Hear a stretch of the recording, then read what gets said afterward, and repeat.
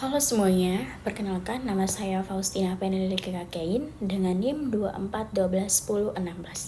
Pada kesempatan ini, saya akan menjelaskan mengenai mekanisme hipertensi dalam menyebabkan stroke. Pernahkah kalian mendengar bahwa tekanan darah tinggi itu disebut sebagai the silent killer? Nah, pada video ini saya akan membahas mengenai mengapa hipertensi adalah musuh utama otak kita dan bagaimana mekanismenya pasti bisa menyebabkan stroke. Oke teman-teman, pada slide pertama ini kita akan mempelajari mengenai definisi dan risiko. Fakta dasarnya, hipertensi adalah kondisi di mana tekanan darah berada di angka 140 atau 90 mmHg atau lebih. Menurut American Heart Association, hipertensi merupakan penyebab utama dan faktor risiko paling kuat untuk semua jenis stroke. Orang dengan hipertensi berisiko 3 hingga 4 kali lebih besar terkena stroke dibanding dengan orang normal. Lalu, bagaimana tekanan tinggi ini dapat merusak otak? Kita masuk yang pertama, mekanisme stroke iskemik. Nah, teman-teman, untuk mekanisme yang pertama itu adalah stroke iskemik atau stroke karena sumbatan. Tekanan darah tinggi yang terus-menerus mengalir deras akan mengikis dinding pembuluh darah. Coba bayangkan seperti selang air yang dipompa terlalu keras setiap hari, dindingnya akan rusak dan menebal sebagai bentuk pertahanan. Istilah medisnya itu remodeling. Kemudian penebalan ini itu justru dapat mempersempit lubang pembuluh darah. Lebih parahnya lagi, kerusakan ini memicu proses aterosklerosis atau penumpukan plak. Jika plak ini pecah, tubuh akan mengirimkan trombosit untuk menambalnya. Akibatnya, terbentuklah bekuan darah atau trombus yang menyumbat aliran oksigen ke otak. Itulah yang kita sebut sebagai stroke iskemik.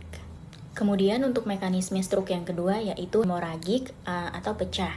Nah, teman-teman, mekanisme yang kedua ini adalah stroke hemoragik atau pendarahan otak.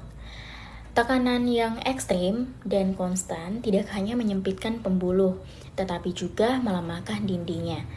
Tekanan tinggi membuat otot polos pembuluh darah itu mengecil dan kaku.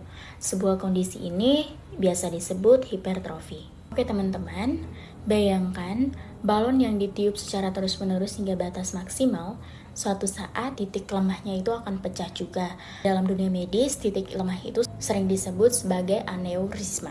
Ketika pembuluh di otak pecah, darah menggenangi jaringan otak, kemudian merusak sel-sel saraf karena tekanan yang mendadak meningkat di dalam tengkorak. Yang berikut, peran angiotensin atau ilmu biologi molekuler. Nah, teman-teman, selain soal tekanan fisik, ada biang kerok lain di dalam tubuh kita yang bernama angiotensin 2. Hormon ini meningkat kadarnya pada penderita hipertensi. Angiotensin 2 ini memicu stres oksidatif dan peradangan inflamasi pada pembuluh darah otak. Ia menghasilkan radikal bebas yang merusak lapisan pelindung pembuluh darah atau endotelium, membuat pembuluh menjadi kaku dan mudah tersumbat.